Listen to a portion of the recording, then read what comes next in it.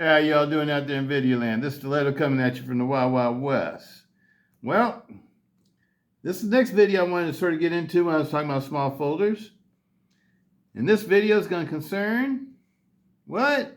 It's going to concern my small pivots. These are the first Demko folders I started getting into. These are the ones I got into before I got any AD20.5 models, like a year before. Because I was trying to get the 8020S model, and I was struggling to get it, and I kept missing the drops, and they're overpriced on the internet. And luckily, I found a few that I was able to refurbish. But that was like a year after I was able to that I started buying these. I was able to get an 8020S model, even though the 8020S model was out previously to this one. But when these came out, they were made in Taiwan, so there's a mass amount of them, so you were able to purchase them. So this is the way I got into the Sharklock folders. This one right here, this was the very first one I purchased. I've never modified this one. I've always left it totally stock. It's one of the only ones that is still totally stock. It's just the way it was when I purchased it. It's the way it was when I received it. Only thing that's been done to it has been lubed and tuned. But it's got all the original stock parts. And it still works like a champ. The steel ball bearings that the Demko brothers use aren't my favorite, but they do last. This one lasted. All right, people. That's the first one. Let's leave them open. That's the first one. That was a heavily used knife, too. For like 3 months straight, I carried it before I got my next one. Then, well, you know, let's skip around a little bit. Let's skip around a little bit because these weren't the next ones. The next ones I got into were the original goat.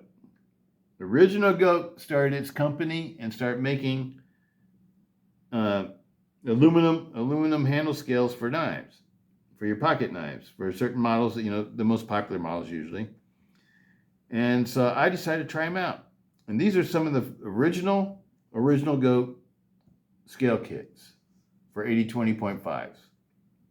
This is like in the first generation of original goat parts that they have made available for your knives. Same thing for, you know, my pocket clips too, my Skiff pocket, my Lynch Northwest pocket clips. I got these when they first came out too. And they weren't so expensive when they first came out. But anyway, that's got the aluminum nuts pattern, and it's been coated as I think I'm pretty sure it's a ceramic coat that they use. It's like, I think it's a forest green. And it's got the V-groove backspacer. All these have skiffs in them except for the orange one. The orange one is the only one that's stock. All the rest of my 8020.5, pretty much all of them have skiffs in them. High performance pocket knife. This one is the D2, the K110 D2. I love the Austrian K110 D2, people. I don't knock it. I love it. I've been using it for a while now, for, you know, several years, and it performs awesomely for me, you know. But, you know, I don't you know, go around trying to see how much cardboard I can cut and stuff like that either. So, but, you know, for me, it works perfectly fine. This one right here, this one is an Austrian D2 also. It's a titanium kit from Original Goat, the original titanium kit that they had, with the titanium jump backspacer.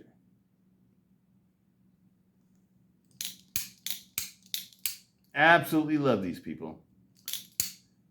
8020.5s are really cool knives to modify because, number one, they're made properly so that they don't, when you modify them, the parts go together right and everything else like that. So, you know, the tolerances are right. And so you can make a really nice knife. Look at that, perfectly centered. This knife is like 3 or 4 years old. It's getting pretty old now. And it's still perfectly centered. I carried the mess out this knife when I first made it. Like I do most of my knives that you guys see me make. Next one up, another aluminum kit. Another aluminum kit. This one is the shark's tooth pattern. Shark's tooth pattern. And these are the slim aluminum kits. The ones I first tried out were these. They didn't have the fat kits yet. These are the original kits that they had. Didn't have the fat kits yet. And the next ones I tried out because I wanted to try a little bit thicker handle scales. And I discovered a company that was making handle scales that were a little bit thicker. So you get a little bit different option. And the company is called Rip's Garage Tech. Rip's Garage Tech.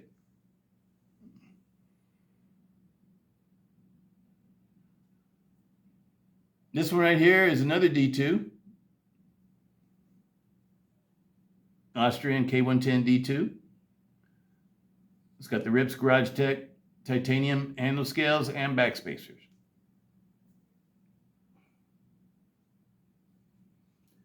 Next one up, Rip's Garage Tech. One thing that's really cool about Rip's Garage Tech is they make awesome micarta scales.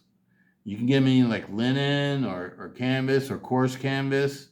I even think they have burlap for some models too. But this is a canvas micarta from Rip's Garage Tech. And this one right here, this is a Oz 10, DLC coated Oz 10 with a micarta backspacer also, matching micarta backspacer, comes in the kit. Absolutely love it. And these are the thicker scales, people.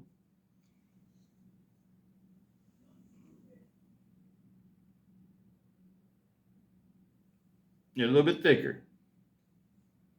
These I don't put pocket clips on them because I used to like to carry them inside my jacket pockets during the winter time.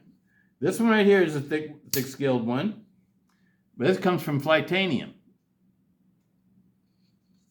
And this is my Purple Rain. This is the first Purple Rain AD20.5 I made. DLC coated. It's got original goat brass backspacer, Jimp backspacer, and Flytanium brass thumb studs. And the Flytanium thick purple G10 scales with a Lynch Northwest pocket clip. And of course, you got skiffs inside. Beautiful knives, people. And last but not least, for my thick scaled knives, is another Rip's Garage Tech. This is the Python pattern. Python pattern. This is micarta. It's got matching backspacer. And this one is a AUS 10A steel blade.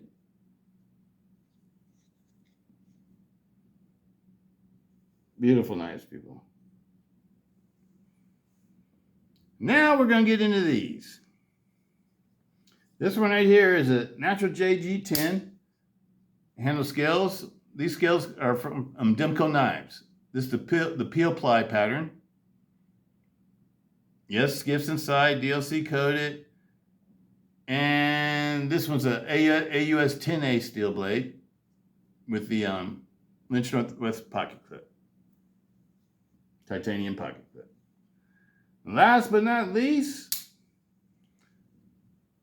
another Demko Knives mod. This one is the carbon fiber scales. Lynch Northwest, skiffs inside. And this one is a D2.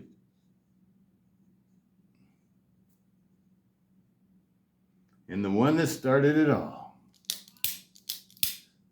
The only one with polymer handles. Absolutely love it, people. Absolutely love it. But that's how I evolved from the previous knives I used to carry.